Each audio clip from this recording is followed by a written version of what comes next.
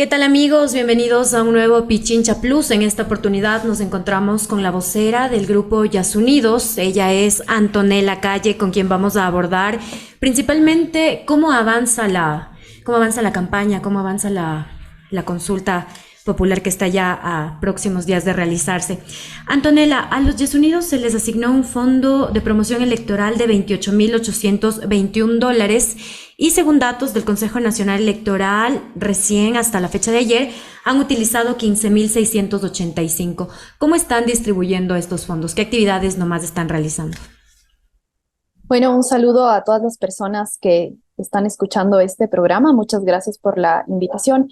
Sí, principalmente la pauta que ha sido designada por el CNE ha ido a radios, digamos, a nivel nacional. Recordemos que esta es una consulta a nivel nacional, por una parte, pero claro, aparte de esto, nosotros como colectivo, pero además como tejiendo con los otros colectivos que están a favor del sí, estamos impulsando también y invitando a la gente que se pronuncie por el sí al Yasuní. Y eso ha sido muy lindo porque vemos ya que la gente se comienza a pronunciar de diferentes sectores, ¿no? Ayer los obispos amazónicos de la Iglesia Católica se pronunciaron por el sí al Yasuní, por el sí al Chocoandino, ¿no?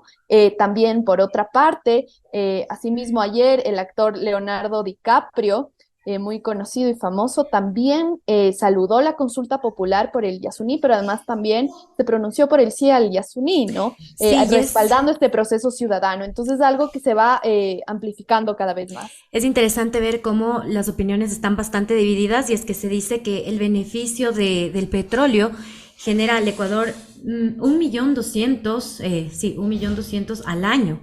Entonces, ¿esto es así? Primero quiero consultarte. ¿Es Sí, verdad estas bueno, ganancias? son totalmente falsas estos números, pero hay que anotar dos puntos. Primero, ¿por qué son falsas?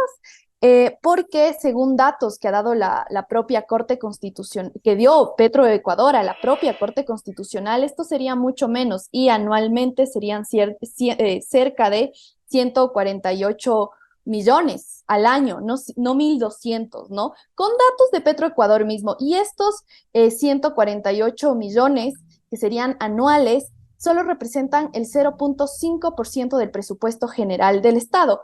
¿De dónde se podría sacar esta plata si ya no se obtiene de la explotación petrolera del Yasuní ITT? Se podría sacar tranquilamente, dejando de condonar deuda a los grupos económicos más ricos de este país, a los cuales se les condona. Nos están hablando mucho de las cifras en lo económico, ¿no? Pero no nos están hablando de las cifras desde el otro lado, ¿no? ¿Cuánto se va a perder en biodiversidad si se sigue explotando el Yasuní? ¿Cuánto se va a tener que gastar para remediar todo lo que puede generar la explotación petrolera de continuar en el Yasuní, ¿no? Entonces son números que solo se leen desde el lado económico, pero no se están leyendo desde el lado de la biodiversidad, de la vida de los pueblos, ¿no es Antonella, cierto? han pasado ya 10 años desde que se planteó y bueno, pues claramente han habido cambios y modificaciones. Ahora ya existe en el bloque 43 todas estas infraestructuras petroleras y aquí yo te pregunto, ¿cuánto tiempo tomaría y cuántos recursos también y gastos, todo esto, desmontar todas estas estructuras si es que la consulta, si es que la ciudadanía decide en la consulta ya dejar bajo tierra el petróleo? Sí, bueno, aproximadamente, bueno, no aproximadamente, la Corte Constitucional cuando aprobó ya la pregunta de la consulta popular dio un año plazo, digamos, para que salga la actividad petrolera en esta zona, ¿no? Ahora se habla mucho de esto, cuánto va a costar, digamos, el retiro de las actividades, digamos, de la infraestructura en la zona, como si fuera algo que es una novedad, ¿no es cierto? Y que le va a costar más ahora al país. Esto se va a tener que hacer tarde o temprano, porque recordemos que el petróleo en cualquier pozo petrolero y en cualquier región del mundo y de la Amazonía no es un recurso inagotable, se acaba, tiene un fin, no es un recurso infinito, ¿no? Es finito este recurso. Entonces, tarde o temprano, la empresa igual tenía que hacer esa salida, ¿no? Ahora lo va a tener que hacer antes, pero es algo que igual se iba a hacer a largo plazo, ¿no? Digamos, Entonces, en después de estos unos 10 años. años, ¿cuáles son los argumentos que se han sumado para que la consulta popular, para el sí al Yasuní tome más fuerza? ¿Qué ha Justamente cambiado? que se nos ofreció que cuando se inició la explotación en el Parque Nacional Yasuní, en el ITT, en el bloque 43, porque recordemos que esta consulta popular no es sobre todo el Parque Nacional Yasuní, es solo sobre el bloque 43, que se está explotando desde el 2016. Cuando se empezó esa explotación se dijo, se va a explotar aquí con la mejor tecnología de punta y no vamos a tener impactos ambientales, ¿no? Ahora, unos años después podemos comprobar que eso fue una mentira, ¿no?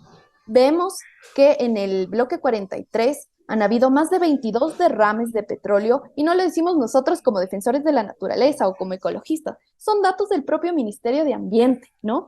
Por una parte. Por otra parte, también vemos que se dijeron que se iban a hacer senderos ecológicos para no destruir el ambiente, ¿no es cierto? No cortar árboles y esas cosas. Pero vemos que no hay senderos ecológicos, hay carreteras en el Yasuní con más de 15 metros de ancho de vía, ¿no? Entonces, también incluso se ha comprobado que hay mecheros, ¿no? Que son estos tubos en donde se quema el gas y sale fuego todo el día, ¿no? Entonces, hay impactos ambientales en el Yasuní y por eso es más que nunca urgente decirle sí al Yasuní este 20 de agosto para defender este territorio que se encuentra amenazado por la actividad petrolera. Más allá también de todos estos daños que tú mencionas, ustedes afirman que el petróleo no genera en absoluto, bueno, ganancias, ¿no? Pero acá nos preguntamos si es el petróleo el que no genera ganancias o son tal vez las malas administraciones y pues se sabe que los gobernantes no distribuyen bien estos recursos. Bueno, llevamos 50 años de explotación petrolera en este país y han pasado diversas administraciones. ¿Cuántos presidentes han pasado por este país en esos 50 años, no? Y ninguno ha hecho algo con esa plata del petróleo que llegue directamente a las comunidades, ¿no? La zona amazónica norte, ¿no es cierto?, petrolera desde hace muchos años, pero además recordemos también Esmeraldas, en Esmeraldas se refina el petróleo que sale de la Amazonía. Estas zonas son las zonas históricamente más olvidadas por este país. Vemos cómo está la provincia ahorita de Esmeraldas, ¿no? En donde se ha refinado el petróleo y es la provincia más olvidada. Antonella, ¿tenemos tal vez datos concretos de fallecimientos, de pérdida de especies, de contaminación de ríos? ¿Cuentan tal vez ustedes con algún registro oficial, con datos concretos? Lastimosamente no contamos porque muchas veces hemos querido ingresar al 43, al bloque 43 para hacer veeduría y el Ministerio de Ambiente junto a la petrolera que se cree dueña de esa zona no nos han dejado entrar a hacer veedurías, ¿no? Entonces reclama mucho de que, pero denos los datos de la pérdida de especies que pudiese haber o de los impactos, ¿no? Y lo que tenemos es una por registros del propio Ministerio de Ambiente y otra porque hemos tomado fotos satelitales, ¿no es cierto?, de las carreteras que se han abierto. ¿Qué dicen estos registros?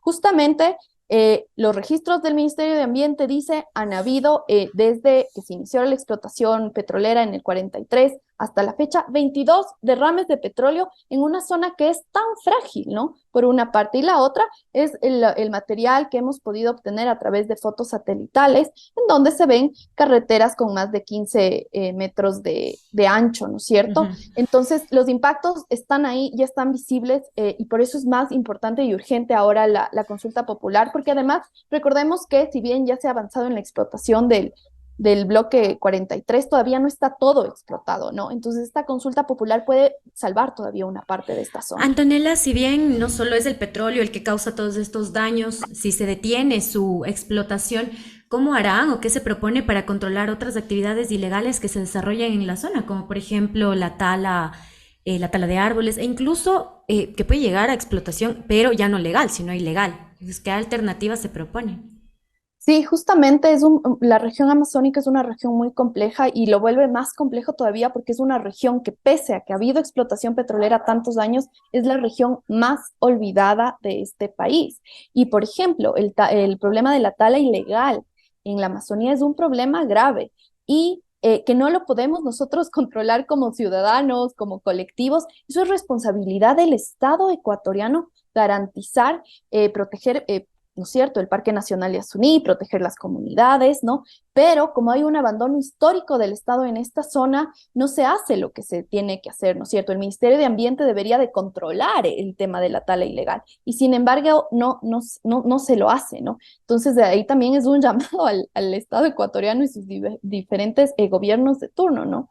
50 años de explotación petrolera y la Amazonía sigue siendo la más olvidada de este país. De acuerdo. Antonella, en todos estos recorridos, retomando un poquito el tema de la campaña, ¿cuáles son los sectores que muestran más rechazo o que promueven desde sus trincheras que se vote por el no? ¿Y por qué crees que lo hacen?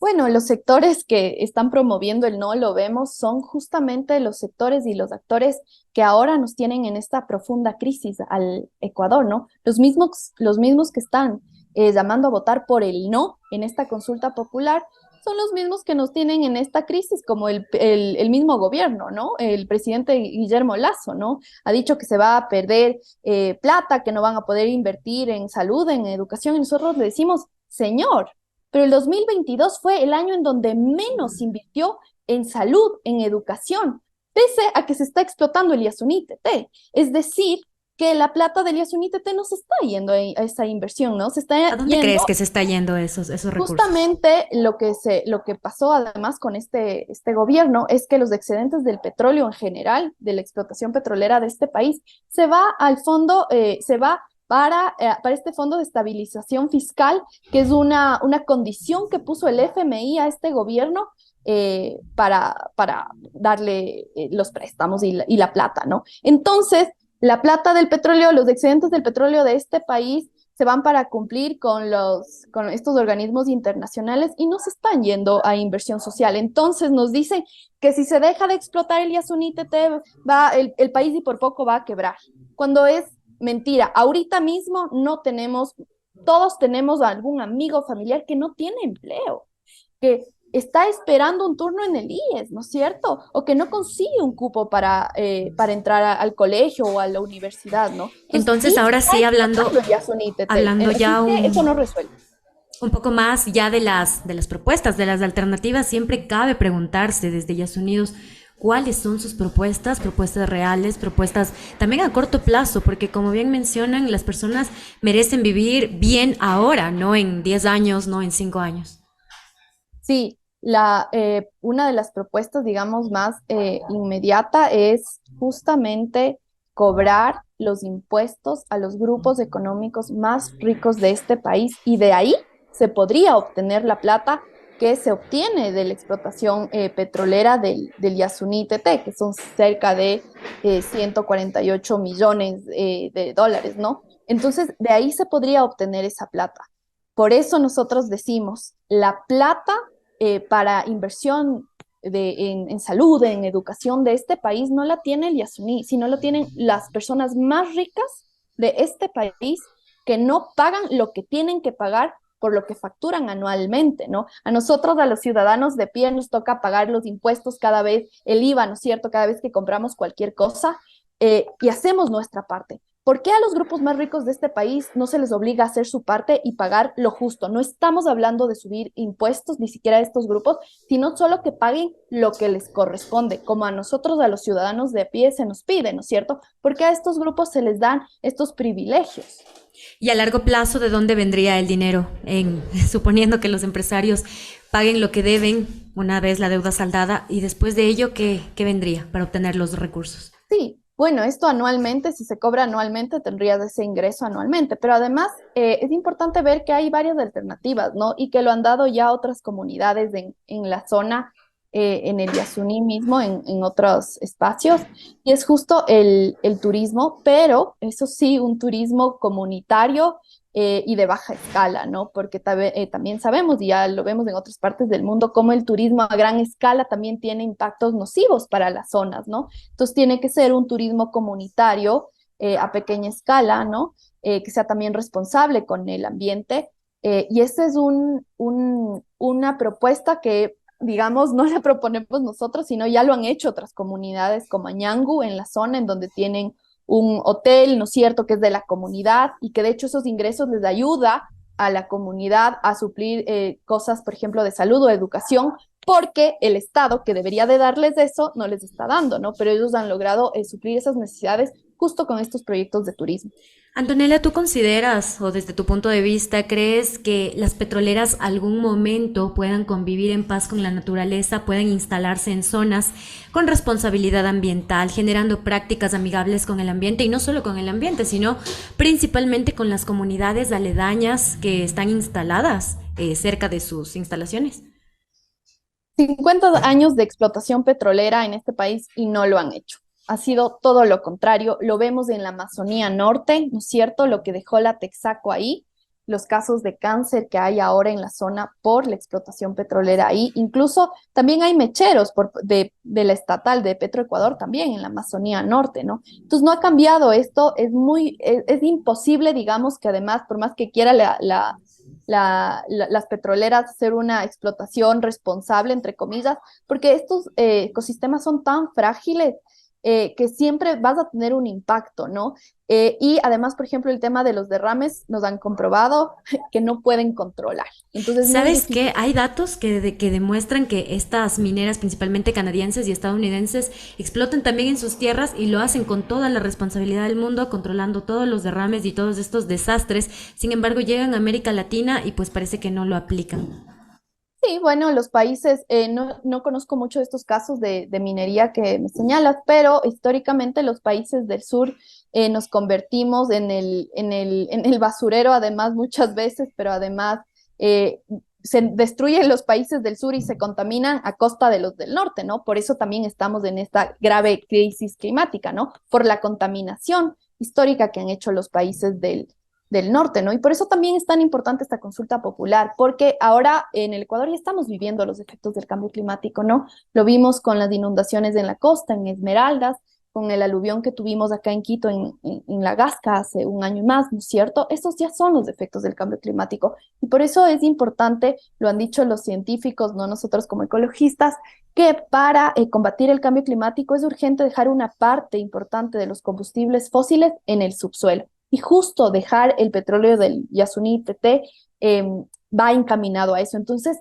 sí, el 20 de agosto todas y todos votamos sí al Yasuní, nos podríamos convertir en el primer país que da un paso en firme en contra del cambio climático. Precisamente sobre esto, y ya para ir finalizando, faltan 3 semanas ya para la consulta, ¿no? ¿Qué actividades más van a desarrollar en estos días? ¿Qué estrategias también van a implementar para captar más votos a favor del sí? Sí, bueno, nos estamos movilizando a nivel nacional, obviamente en redes sociales, pero creemos que es fundamental conversar con la gente en las calles y contarles por qué es tan importante salvar el Yasuní y proteger este lugar tan mega diverso, ¿no? Tenemos todo el lobby del no con los medios más grandes de este país, haciendo una campaña mentirosa y nuestra respuesta frente a eso ha sido ir a las calles y conversar a la gente sin ¿A qué te mentiras con refieres la con realidad, campaña mentirosa? ¿Qué están haciendo? justamente sembrando este terrorismo económico, ¿no? Desde estos grandes canales de televisión sembrando con los voceros del no, sembrando este miedo de que el país va a quebrar si se deja de extraer el crudo del Yasuní TT. Y ya les he compartido aquí en cifras que no es así, ¿no? Que hay salidas a la explotación petrolera del Yasuní, ¿no? Entonces, frente a esa campaña mentirosa y de miedo, nosotros estamos justamente haciendo lo contrario, diciendo la verdad, pero además viendo cómo esta consulta popular es tan importante porque nos brinda una esperanza que es salvar este lugar tan importante, pero además dar esta lucha contra el cambio climático, ¿no? Es esta esperanza y este orgullo que tenemos nosotras como ecuatorianos y ecuatorianas de tener en este espacio del mundo un lugar tan mega diverso como es el Yasuní, y deberíamos de defenderlo, así como nos sentimos orgullosos, ¿no es cierto? Cuando la primera vez que llegamos al mundial y esas cosas, esto también es un orgullo ecuatoriano porque es un lugar único en todo el planeta. Listo, Antonella, muchísimas gracias por acompañarnos en este Pichincha Plus, importante información sobre cómo avanza la campaña a favor del sí desde el grupo Yas Unidos.